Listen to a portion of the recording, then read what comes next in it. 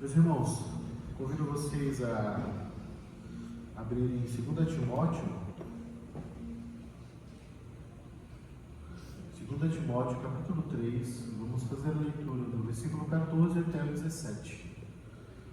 Tá? 2 Timóteo, capítulo 3, do versículo 14 ao 17. Diz assim: quanto a você, porém, permaneça nas coisas que aprendeu e das quais tem convicção, pois você sabe de quem o aprendeu. Porque desde criança você conhece as sagradas letras, que são capazes de torná-lo sábio para a salvação mediante a fé em Cristo Jesus. Toda a Escritura é inspirada por Deus e útil para o ensino, para a repreensão, para a correção e para a instrução na justiça, para que o homem de Deus seja apto e plenamente preparado para toda boa obra. Nós vamos orar mais uma vez, com as nossas cabeças. Senhor, nós te pedimos, a Deus, que o Senhor nos instrua nesse momento, porque só Tu és mestre em nosso meio. Ó Pai, queremos ser alimentados não de palavras de homem, mas da Tua palavra, Senhor. No nome de Jesus que nós oramos. Amém. Irmãos, eu tenho intenção de, nesse mês de outubro, se Deus assim permitir, nós fazemos um passeio doutrinário, vamos dizer assim, sobre os pontos, digamos que cruciais, que acabaram provocando a reforma protestante.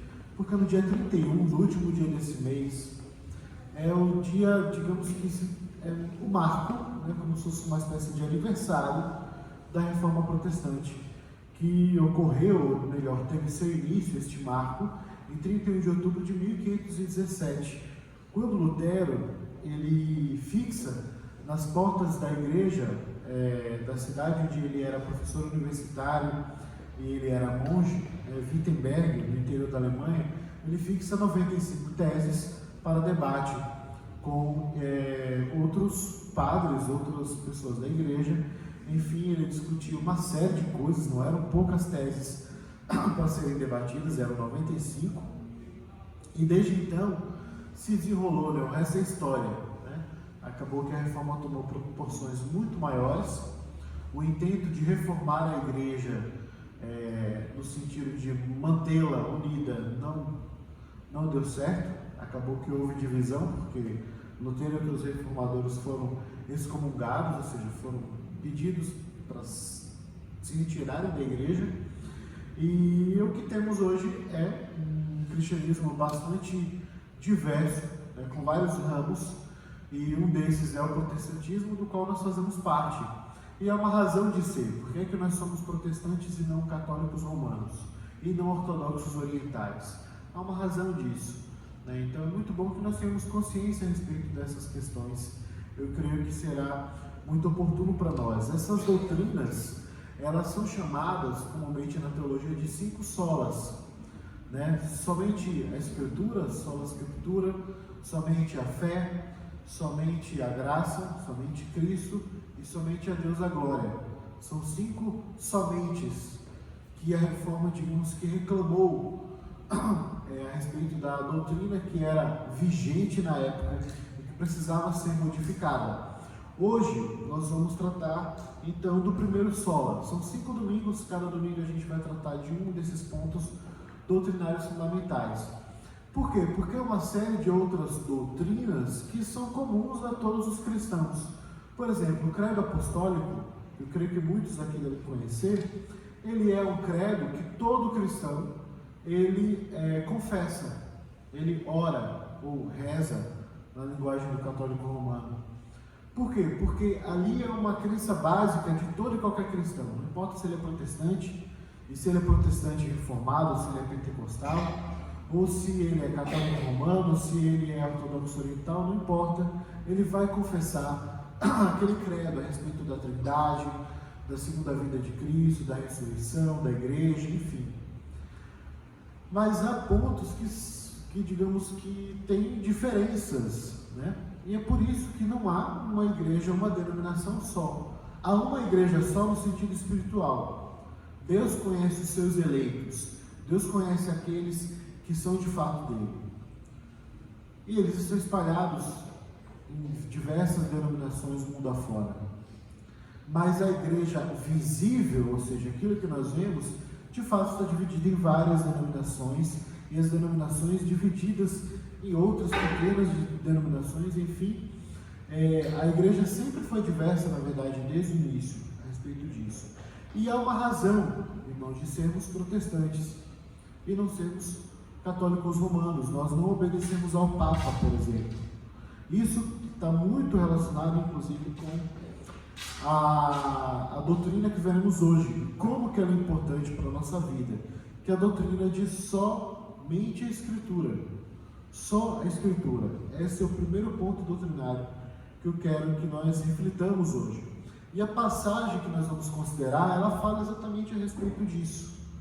Ela lhe dá razões de porque somente ela o quê? Somente ela pode regular a nossa fé e a nossa vida. O nosso tema pode ser esse. Somente a Escritura pode regular a nossa fé e pode regular a nossa vida. E começando, o apóstolo Paulo, que escreve esta carta ao seu discípulo, ao seu pupilo, alguém que ele estava treinando na fé para um dia se tornar um líder da igreja, é o que Timóteo está se tornando nesse momento. Quando Paulo escreve da prisão para ele está escrevendo, preparando, dando recomendações para alguém que será pastor de uma igreja. Aliás, era pastor de várias igrejas na região onde ele acabou atuando. Ele escreve 2 cartas, de 3 que nós chamamos de cartas pastorais, ou seja, cartas que o apóstolo Paulo escreve para pessoas que ele discipulava, que ele pastoreava, que ele cuidava, gente que ele evangelizou, gente que aprofundou o conhecimento de Deus na mão dele. É o caso de Timóteo, de Tito e de Filemão. E essas cartas são chamadas pastorais porque são cartas muito pessoais. Mas, para você ver como é interessante, elas chegaram até nós, para benefício nosso. E são cartas em que o apóstolo trata de questões, especialmente com relação às cartas a Timóteo e a Tito, questões relativas ao pastorado, ao pastoreio, a cuidar de pessoas, a cuidar de gente. E nessa porção especificamente, ele faz uma defesa da importância da Escritura no ministério de Timóteo. Não apenas como um pastor que ele será, mas também na própria vida dele. Porque antes dele ter que ensinar Bíblia para outras pessoas, ele precisava também ter conhecimento de Deus. Ele faz então uma série de recomendações, e sempre quando ele faz essas recomendações, ele coloca os contrastes. Olha, os falsos mestres costumam agir dessa maneira, eles são impiedosos, ou seja, eles têm uma falsa religião, eles não são verdadeiramente cristãos, porque as motivações deles estão erradas, eles querem lucro, eles não querem de fato a glória de Cristo, nem o benefício da igreja. E aí ele fala, olha, esses daí você não imita. Tu, porém, e aí ele sempre coloca esse termozinho que é chave para você entender esta carta. Tu, porém, aí ele começa a dizer como é que Timóteo deve proceder. Ou seja, os outros mestres agem errado, mas você não. Você age diferente. Sabe quando o filho fala, pede para fazer uma coisa para o pai, sei lá, jogar videogame ou usar o celular numa hora inapropriada. E aí ele responde, mas todo mundo pode, pai, todo mundo pode, pai. E aí você responde como? Mas você não é todo mundo, né?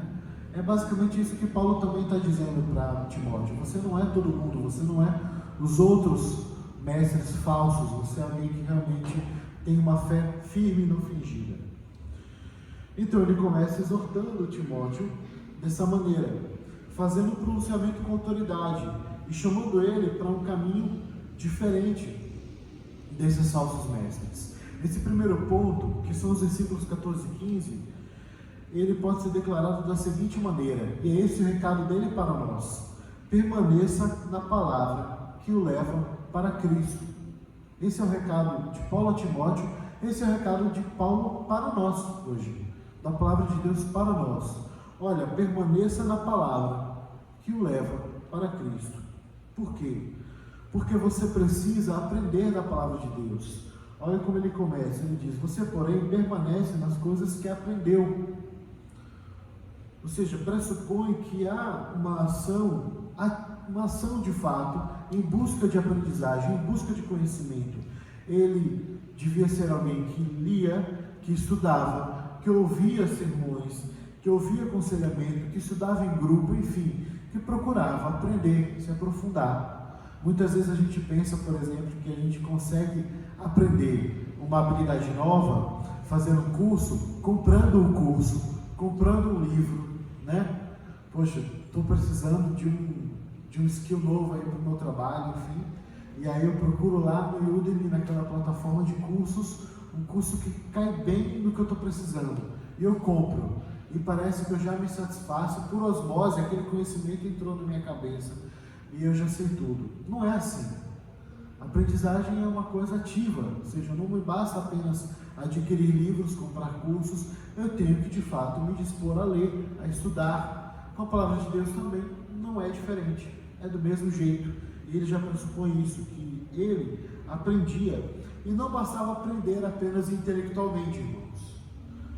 Não era apenas o aprendizado para ficar o nerd da teologia, mas para ser alguém que cria com o coração, que cria com a mente. Não apenas ele aprendia da palavra de Deus, ele aprendia e cria, que como ele fala, as coisas das quais tem convicção. Ou seja, não é apenas um mero conhecimento que você tem a respeito das Escrituras Sagradas, você tem convicção, você crê nelas. Você crê, por exemplo, que os profetas profetizavam a respeito de Jesus, e que Jesus é o cumprimento daquilo que os profetas falavam. É isso que o apóstolo está dizendo, e ele está dizendo para nós hoje isso também. Você tem que aprender, e aprender é uma atividade, é uma ação, você não aprende passivamente, e você tem que aprender não apenas para acumular conhecimento, mas para crer com o coração. Não apenas para se tornar um nerd da teologia, e com certeza eu sei que não é de longe o nosso objetivo. E depois ele continua, e no versículo, ainda no versículo 15, ele ainda diz que esse ensino, ele aprendeu do próprio apóstolo. Por quê? E por que isso é importante? Porque os apóstolos são aqueles que Jesus deixa na terra para cuidar da igreja. Ou seja, os apóstolos substituem, digamos que visivelmente, a autoridade de Jesus. Quando os apóstolos falavam, era como se o próprio Jesus falasse. Jesus treinou pessoalmente os apóstolos, inclusive Paulo.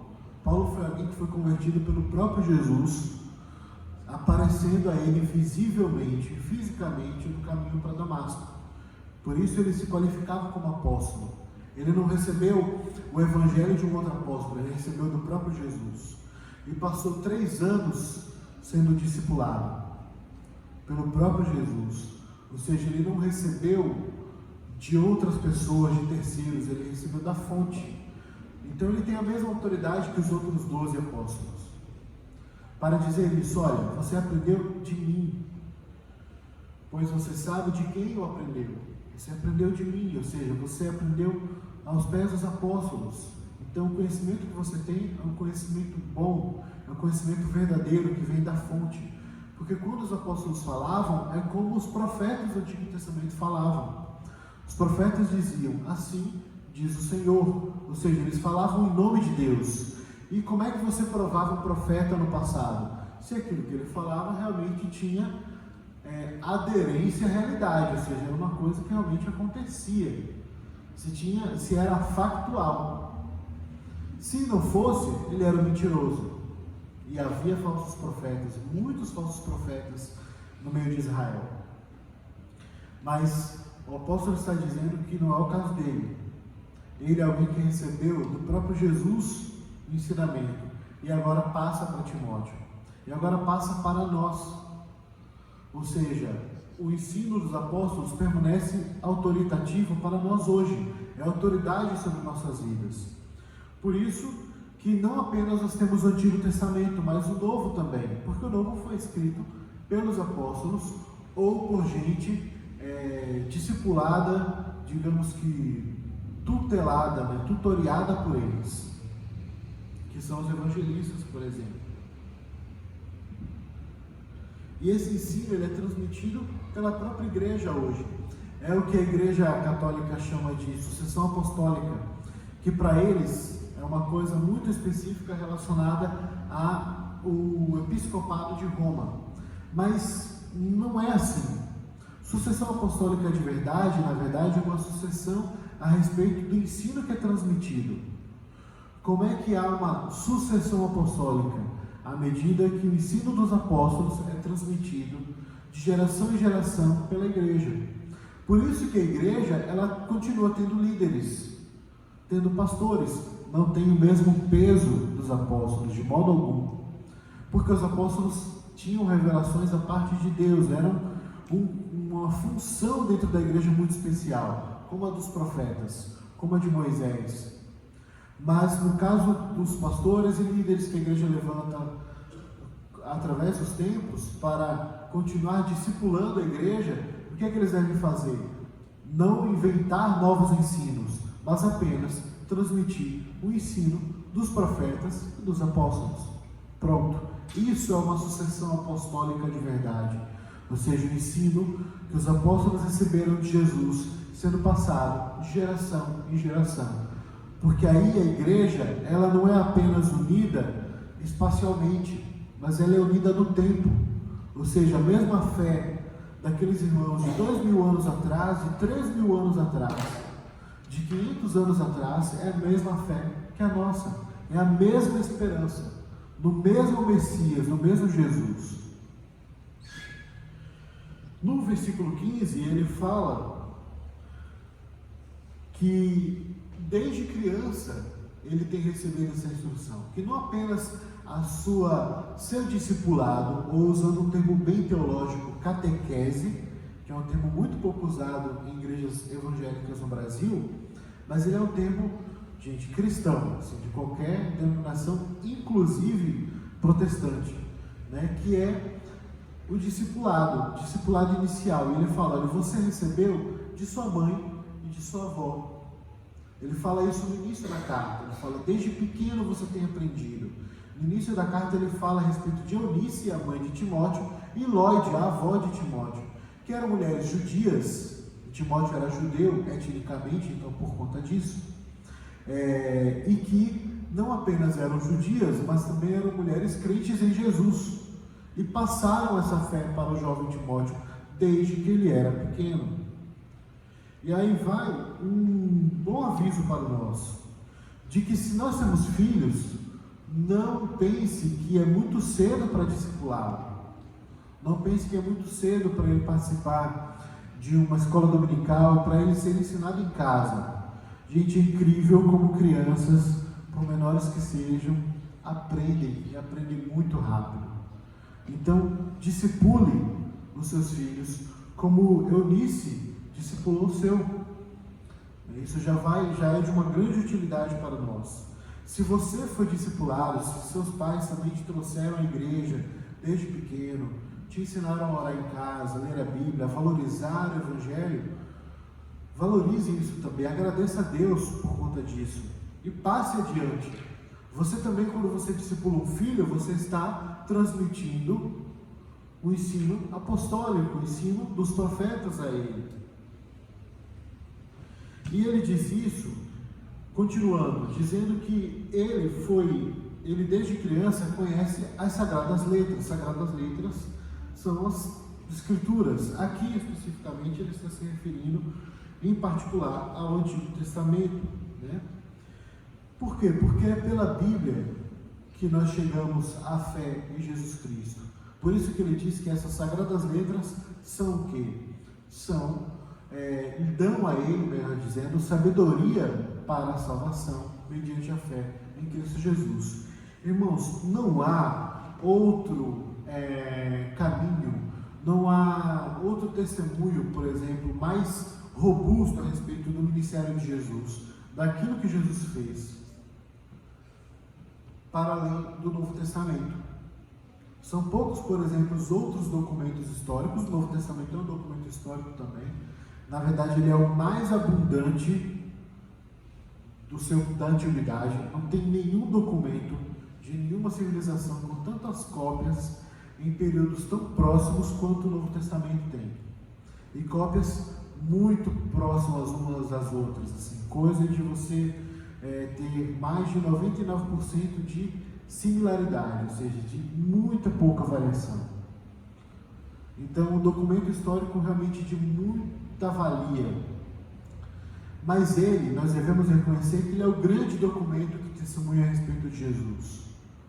Você não vai achar isso em outro escrito da antiguidade, e nem mesmo livros cristãos podem substituir a Bíblia neste quesito. A Bíblia inteira, inclusive, ela fala de um assunto só, que é Jesus. Jesus é o Messias prometido do Antigo, Jesus é o Cristo morto e ressurreto do Novo. Não tem outro assunto. Por isso que Jesus, não à toa, ele pontua a história, né? Ele divide a história entre antes e depois dele, porque as coisas de fato se procederam desse jeito. Elas eram uma coisa antes dele e se tornou outra coisa depois dele. A Escritura também está dividida desse jeito. No Antigo Testamento se fala de um Messias que se esperava. No Novo se fala de um Messias que veio. E já está se falando então de um Messias que veio e que haveria de voltar. Então não tem outro caminho. Se nós quisermos de fato aprender de Jesus para a salvação, para ter fé nele, só estudando a palavra que o revela, a palavra que fala a respeito dele, a palavra que contém a biografia de Jesus, que são os evangelhos. E aí ele continua, e na segunda parte da sua exortação a Timóteo a respeito da importância da palavra, ele vai agora falar a respeito da palavra em si. Ele nos dá esse seguinte ensinamento, de que sejamos preparados para toda boa obra por meio da palavra. Se na primeira parte ele está nos dizendo o seguinte: olha, você tem que permanecer naquilo que você tem aprendido e crido a respeito da palavra de Deus. No segundo, ele coloca isso agora em termos práticos, de que, olha, você não aprende apenas para ter um bom nível intelectual, teológico, ou para apenas crer no coração e não ter nenhuma redundância na sua vida. Muito pelo contrário. A palavra tem um efeito prático. Por isso que o sola escritura, ou somente a escritura, é somente a escritura nossa regra de fé e prática. Aqui, por exemplo, quando ele diz toda a escritura é inspirada por Deus, é bom frisar que, a princípio, na cabeça de Paulo, ele está prioritariamente pensando no Antigo Testamento. Ele está pensando nos profetas, nos salmos, ele está pensando na lei, porque era a escritura que se tinha à época. O Novo Testamento estava sendo feito naquele momento. Inclusive, enquanto ele está escrevendo isso aqui é escritura também, mas só vai ser agregado aos poucos, certo? Aos poucos, pela própria igreja, que reconhece esses escritos como escritos que nós chamamos na teologia de canônicos, ou seja, escritos que são inspirados por Deus. É assim que ele diz: toda a escritura é inspirada por Deus, ou seja, ela tem uma autoridade divina, inclusive o Novo Testamento. Em 2 Pedro 3,11, Pedro faz esse reconhecimento, quando ele diz que os escritos de Paulo, por exemplo, eles são equivalentes às demais escrituras, ou seja, aos demais escritos dos apóstolos, e que já estavam sendo feitos, e ao Antigo Testamento que eles já possuíam. Então, para nós hoje, como nós podemos entender isso? Essa escritura inspirada por Deus é todo o Antigo e o Novo Testamento. E Deus, então, sendo Ele inspirador, Ele é o autor primário. Ele é o primeiro autor. É dele que vem a ideia de que a Escritura exista. Por quê? Porque aprove a Deus se revelar. Não foi o homem que foi buscá-lo, não foi Abraão que foi buscar a Deus, não foi Moisés que foi buscar a Deus, foi Deus que veio até Abraão, foi Deus que veio até Moisés e se revelou, foi Deus que se revelou, que revelou a Moisés a sua lei, a sua vontade, que ordenou a Moisés que escrevesse um livro, e aí começa o registro da Escritura, ou seja, a ideia, né, o editor, e o produtor da Escritura é o próprio Deus, ele é o autor primário, por causa dele que ela existe. Então, dessa forma, não tem como uma tradição humana rivalizar com a própria palavra de Deus, não tem. E era esse ponto, por exemplo, que os reformadores tinham dificuldade com a igreja à época, porque a igreja na época, e até hoje os católicos romanos entendem assim, que a tradição humana, a tradição dos líderes da igreja é tão importante quanto a própria Escritura. Uma coisa é lei, é ordem dentro da Igreja Católica Romana, se ela for ordenada na Escritura ou numa bula papal. Ou seja, se o Papa disser que é algo que é válido, é uma ordem para toda a igreja, então é. Não tem questionamento. É o que chama de infalibilidade papal. O Papa é infalível. Nós protestantes, como cremos? Cremos que não tem como, porque a tradição humana muda. Se ela muda, então ela não pode ser uma boa regra de fé e prática. Ela é útil para nós à medida que ela está de acordo com a Escritura, porque essa não muda, ela foi fixada. No final do século I, quando o apóstolo João é martirizado, ele é o último apóstolo vivo, você já tinha todo o cano fechado, você já tinha o Apocalipse escrito, você já tinha todos os evangelhos, todas as cartas, todos os apóstolos já haviam morrido, né? E João, que foi o último apóstolo a morrer, também. Então, isso sim é seguro, é uma rocha na qual nós podemos edificar a nossa casa. É por isso que ele exorta Timóteo a respeito desse valor que a Escritura tem, e esse valor que a Escritura tem para nós também hoje. E a Escritura ela não apenas é inspirada por Deus, mas Deus dá a Escritura com propósito, que é por isso que ele diz em seguida, a Escritura é útil. Ela é útil por quê? Porque ela nos ensina, porque ela nos repreende, porque ela nos aperfeiçoa, nos corrige, porque ela nos educa, nos instrui na justiça. E vejamos de que maneira ela faz isso. Primeiro, ela nos ensina a respeito da revelação de Deus em Jesus Cristo. É por isso que ele fala antes, olha, é a Escritura que vai te dizer o que é sabedoria para que você tenha fé em Jesus. Por quê? Porque a Escritura é que trata a respeito da revelação de Deus a nós. Ou seja, se você quer conhecer a Deus, você tem que olhar para Jesus. E se você quer olhar para Jesus, você tem que olhar para a Escritura, estudá-la, porque ela é a revelação, como já foi dito. Ela é a revelação a respeito de Jesus, ela registra o ministério, o testemunho, as profecias a respeito do Messias. Então ela é útil para nos ensinar a respeito de Deus, do caráter de Deus, do que Ele requer de nós, de como Ele se revela. A Escritura nos dá razões para o adorarmos, para darmos louvor a Ele, pelos seus feitos criadores, pelos seus feitos como Criador, pelos seus feitos como Salvador, Redentor. Não há outra maneira, irmãos, da gente ser ensinado a respeito de Jesus, senão por meio da Escritura. Também a Escritura ela é útil para nos repreender e nos aperfeiçoar. Aqui são duas ações que ela faz em conjunto. Primeiro, ela nos repreende, ela nos mostra o pecado, ela nos mostra o erro. Onde é que você está errando? Sabe, ela é como um espelho que você mira, né, quando você acabou de se sujar comendo, e você vai se limpar, você precisa de um espelho, de algo que reflita a sua face. E veja como você de fato está, para que você possa se limpar. A Escritura é este espelho, porque ela nos reflete, ela reflete a natureza humana, na sua maior complexidade. Do modo como somos complexos, a Escritura não nos tira por menos. ela declara que nós somos ao mesmo tempo imagem e semelhança de Deus e ao mesmo tempo totalmente depravados, totalmente destituídos da glória de Deus. Como entender isso? Como isso se processa na nossa vida? Do fato de que muitas vezes queremos e desejamos agradar ao Senhor, mas pecamos.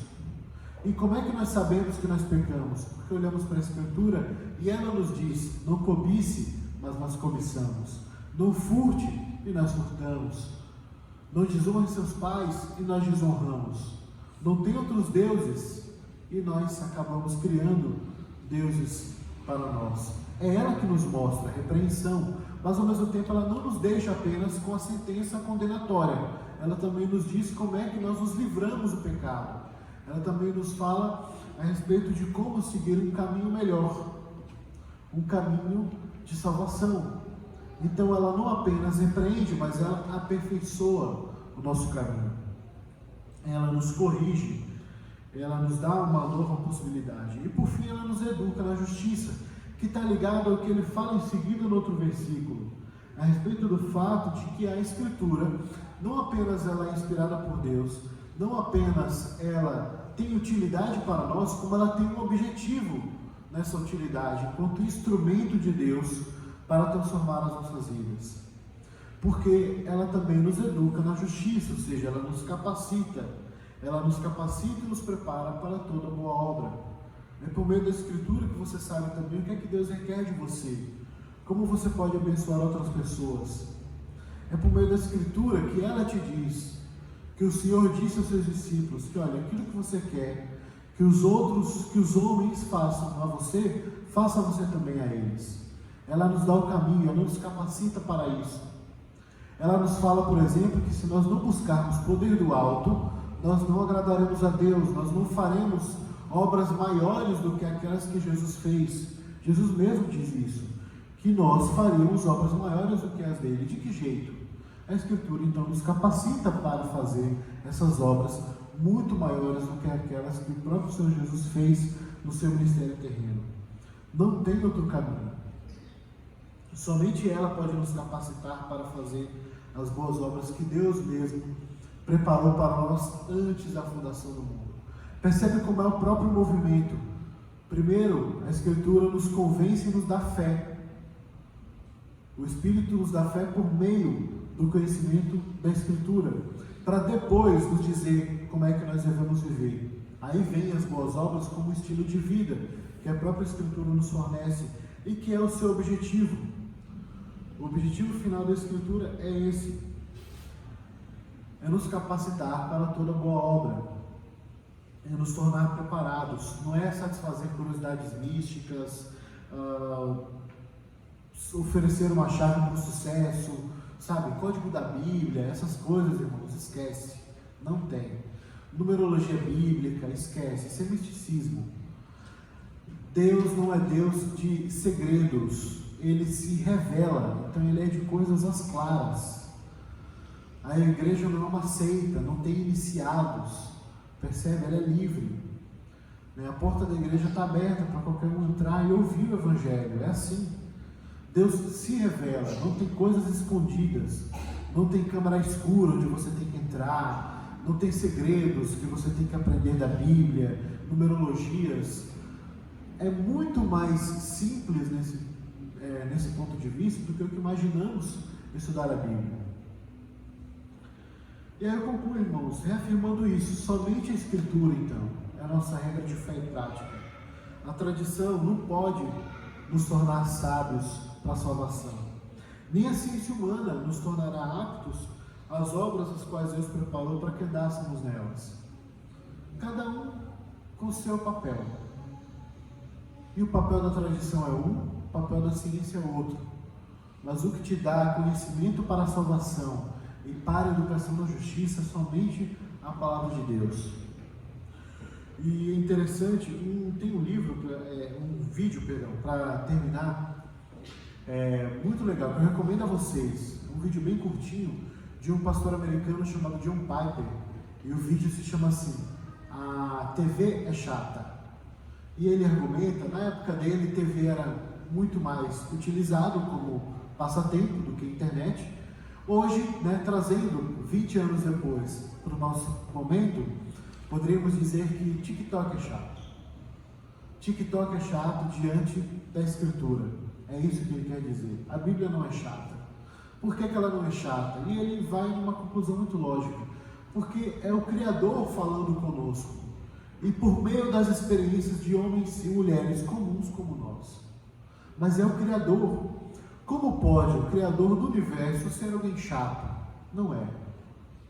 De maneira alguma. Nós que muitas vezes utilizamos desculpas, não levamos a Escritura tão a sério como deveríamos. Mas se mergulharmos nela, nós mesmos nos encontraremos muito, mas muito apaixonados pelo conhecimento de Deus que ela nos revela. Por isso fica essa exortação. Leva a sério a Escritura, porque levar a sério a palavra de Deus é levar a sério quem o diz. Né? Não é assim que a gente fala, olha, fulano não está me levando a sério. É porque não está considerando o que eu falo. A mesma maneira a gente tem que lidar com a Escritura também. Seja estudioso dela, não negligencie a Escritura. Gaste tempo aprendendo dela. Vamos cantar nesse momento?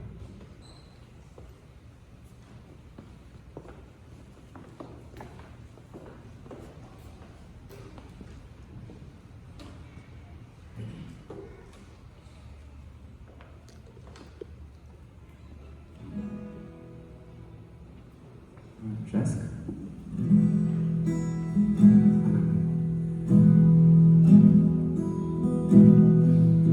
E quando paro pra pensar em minha vida, não encontro outra razão pra viver Jesus.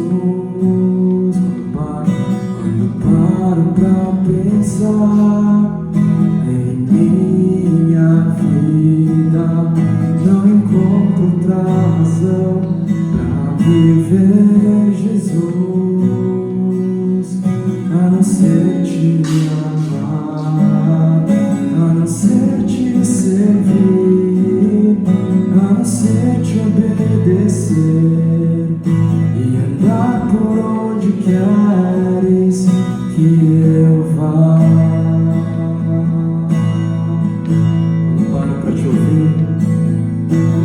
Paro pra te ouvir, sinto teu calor em mim. Quando fecho os meus olhos em adoração, não me resta nada, Senhor, somente te dizer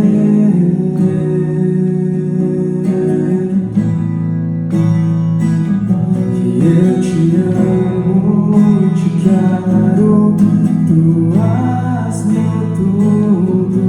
Eu te adoro, te exalto, não há nada melhor do que saber que tu és meu Deus forte, minha rocha, e nada me falta, pois eu tenho Jesus, que eu te amo e te quero, tu és meu tudo, eu te adoro, te exalto, não há nada melhor do que saber que tu és meu Deus forte, minha rocha, nada me falta, pois eu tenho Jesus.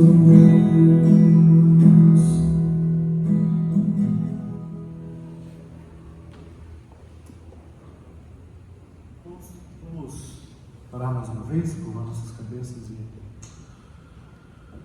Senhor, nós queremos, ó Pai, que a Tua Palavra se aplique em nós, que sejamos, ó Deus, gente como Timóteo, que aprende a Tua Palavra e que crê com convicção nela, que não se afasta, ó Pai, dos ensinos dos apóstolos, e que entende que somente a tua palavra, Senhor, porque vem de ti, porque o Senhor que inspirou homens, pessoas comuns, a escreverem segundo o teu Espírito, somente ela pode regular a nossa vida, pode regular aquilo que nós cremos. E nós oramos declarando que nós nos submetemos, ó Pai, a ela como comunidade, cada um de nós, ó Deus, desejosos de aprender mais de Ti. Senhor, ela que revela para nós a respeito de Jesus, o nosso Salvador, no nome de quem nós oramos. Amém. Irmãos, só um aviso, tá? Pode passar para a gente concluir. Na quarta-feira, surgiu no nosso estudo de sábado, né? A ideia da gente fazer esse grupo de estudar a Bíblia, né? Um curso bíblico, a ideia é essa. E o primeiro módulo, eu estou chamando assim porque não vai parar por aí. Depois, né, em outra ocasião, no ano que vem, melhor dizendo, a gente faz um segundo e um terceiro, até um quarto módulo, estou pensando. Cada um deles, um livro a gente estuda. Tá? Um livro introdutório a respeito de como tirar melhor proveito do estudo da Bíblia. Tá? E vai começar então esse primeiro, é livre. A maioria dos irmãos acho que já tem uma cópia do livro que a gente vai usar, que se chama Entenda a Bíblia, por isso que o módulo tem esse nome, nós vamos usá-lo. Vão ser 10 encontros às quartas-feiras online, começando agora, dia 5, pelo Zoom, tá? Eu vou mandar o link, tudo certinho. No Zoom geralmente duram 50 minutos as reuniões, né? E é o tempo, realmente eu acho que é necessário, e acho que às 8 horas dá pra gente se reunir, né? Aí cada um em casa, e a gente aprender, né? Habilidades de como tirar melhor proveito da Bíblia. A Bíblia é um livro antigo, a Bíblia é um livro que foi escrito em outra língua, tem de fato dificuldades que nós reconhecemos, e acho que será muito oportuno a gente aprender algumas coisas para poder tirar o melhor proveito do estudo delas, tá bom? Aí fica convidado. Eu mandei, nos grupos da igreja em português, eu mandei um link para a compra do livro na Amazon, pelo Kindle, que está R$13. Infelizmente, algumas pessoas eu estou em falta, não trouxe, porque eu não consegui ir lá na editora Cristã, na editora, comprar os que estão faltando. Quem quiser já comprar pelo Kindle, beleza. Se não, pelo menos o capítulo dessa quarta-feira eu mando até amanhã, tá bom? Uma cópia para todo mundo, tá ok? Deus abençoe.